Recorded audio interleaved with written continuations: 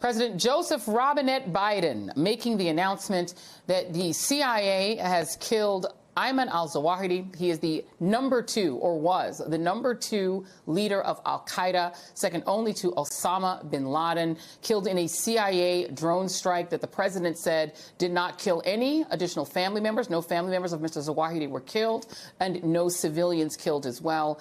President Biden ending that very brief set of remarks with an ode to those innocent victims lost on 9/11, a very poignant, very Joseph Biden style ode to those victims, saying no day shall remove you from the memories of the living. I'm back with Andrea Mitchell, John Brennan, Peter Beinart, Trita Parsi, also joining us, Nayyera Haq, a former White House and State Department official in the Obama administration. Nayyera, I'm going to go to you because you were there on the day that President Obama made a very similar address in a very similar sort of era of conflagration in the country. What do you make of these remarks, and what goes into sort of the planning of how, when, and where to make such a really important announcement? Because this operation apparently was approved a week ago.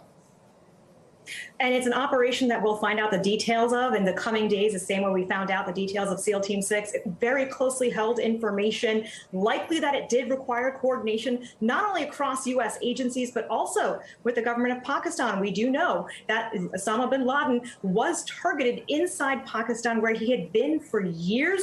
That was embarrassing for Pakistan to deal with at the time. We now are getting a negative statement from the Taliban saying that this was a violation of international norms. But again, they were giving support and had the number one leader of al-Qaeda in their capital. So who helped coordinate? All those details will come out. But what we do know is that al-Qaeda has lost not only its leader, but it is also losing the connectivity it had to other terrorist networks like ISIS. The poor people of Afghanistan, Joy, I have to mention them. Not only do they have the Taliban in control right now, they've got al-Qaeda and ISIS-K fighting each other. Yet somehow the United States was managed to kill the number one leader of al-Qaeda twice in a decade without ever needing ground troops there. So it raises the question of, was the war in Afghanistan, was it necessary for 20 years if drone strikes from outside the territory are ultimately what decimated and defeated al-Qaeda leaders? Absolutely. Trita Parsi, I want to bring you in on that because, you know, the president also announced that they recently also killed the emir of ISIS. You know, these are operations that are taking place, you know, as Nayyera is pointing out, without ground troops on the ground, without a giant invasion to make them happen. What does that say to the region?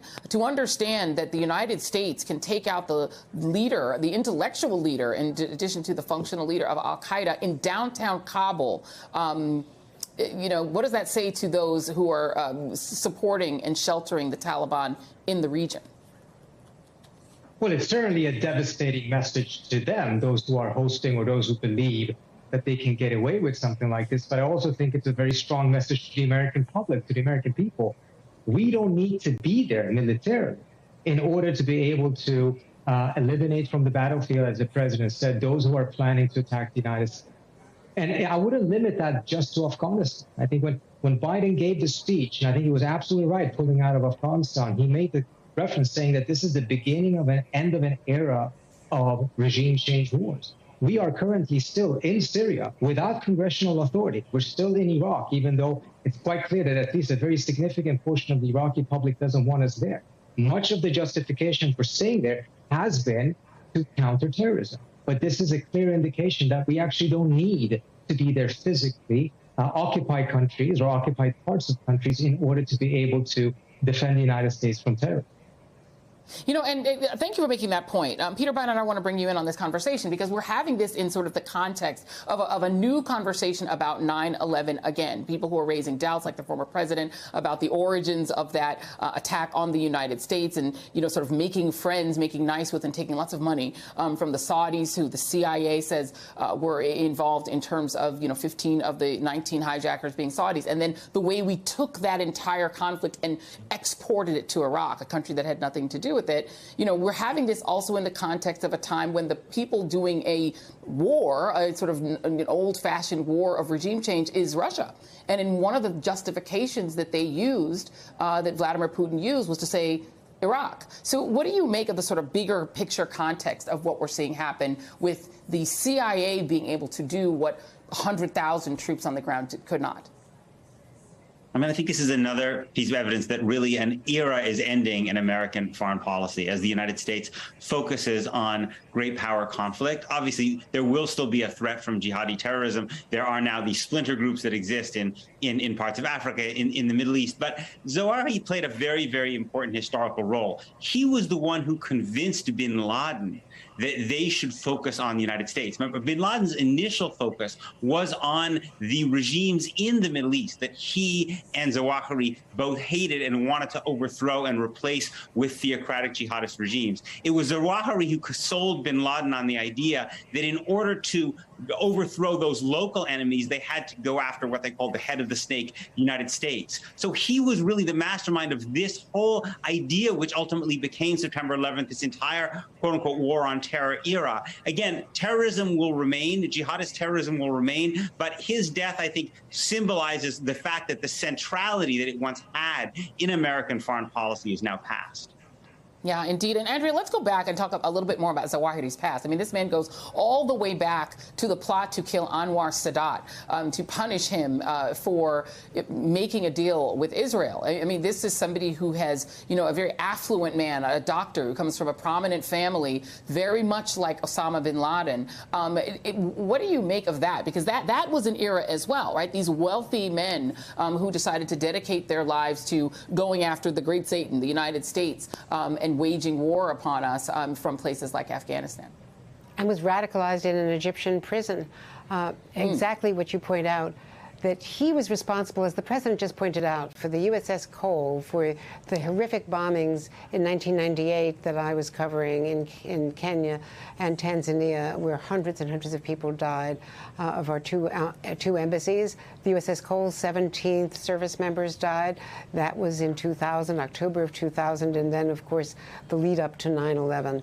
He was the brains, he was the ideologue, and what was pointed out by the president and in a National Security Council background briefing that we had, that we could not report on until the president was speaking, his ideology and his operational ability, his inspiration for terrorists around the world was current, because they say they have current videos, some of which have yet to be released, most probably, or in the pipeline as we speak, urging attacks upon Americans around the world. The other thing that's really notable here is the fact that the relationship with the Taliban has now been really seriously damaged, because it's clear that he was hiding in plain sight, their responsibility for him being in a safe house in downtown Kabul. And the other thing that we were told on this background briefing was that the president, over a series of weeks, because this first came to light, the intelligence that he might be there was in May. In June, they started confirming it, reconfirming it. They had a red team and a blue team working on all of these details. The president was then briefed by Jake Sullivan, John Feiner, another top deputy in National Security Council, Liz Sherwood Randall, also, of course, William Burns, which was who he and, of course, Avril Haines, the head of National Intelligence, were all directly involved in this, in briefing the president. The president asked repeatedly, how can you be sure that his family will be safe, that there will be no civilian deaths? They affirm that, according to all of their intelligence and after-action reporting, that there were no members of his family that were hit, that they had eyes on him through these the unmanned drone attack, that they saw him on the balcony when they struck him, that the president saw a model built by the intelligence agencies of the house, and the president asked about the structure, the windows, whether it was blast-proof, how civilians could survive, and that the family was then extricated by the Haqqanis afterwards and taken to another location, so that their cover-up was complicit. Wow, that is great detail. Thank you, Andrea. And John Brennan, I want to go back to you on this because, the CIA has been through it. For the previous 4 years, they had a president who did not listen to them, who did not believe them in terms of the agency's intel regarding Russia, regarding Vladimir Putin. He believed Putin over them. The intelligence services have been pretty beaten up. But this is a pretty big triumph for the CIA. And the fact that they were able to do that, as Andrea said, without injuring harming even any of the family members or any civilians, and the fact that they had the intel to be able to do this in downtown Kabul, it is a pretty big deal. Is this the future of the way that intelligence is going to work on the battlefield? And what do you make of the CIA's ability to do this and pull this off without massive bloodshed? Well, first of all, CIA professionals disregard a lot of the political winds that blow in Washington. They know that they have a job to do, particularly on the counterterrorism front. And so they have developed the technical and analytic capabilities that allows them to integrate intelligence from technical sources, from human sources, and to be able to have that type of overhead surveillance capability that allows them to identify individuals in these remote areas or in downtown Kabul. And so therefore that intelligence collection, and it really is so critically important to be able to provide a president with the confidence that he or she needs in order to authorize a strike. As Andrea mentioned, it appears as though there was meticulous planning and real rigorous effort to try to prevent any civilians or even Zawahiri family members from being injured in this strike. And so, again, I think it just shows that the CIA professionals, irrespective of what's happening in the corridors of Washington, continue to their efforts to find these terrorists, try to mitigate the threats that they pose. And it is, I think, the future. And thankfully, we have been able to demonstrate now that we don't need the people on the ground. I don't want to diminish the accomplishments over the last 20 years of the U.S. military and intelligence community in terms of what they've been doing to cripple al-Qaeda. But again, I think President Biden has demonstrated that we can still take these very successful actions despite the fact we don't have people on the ground.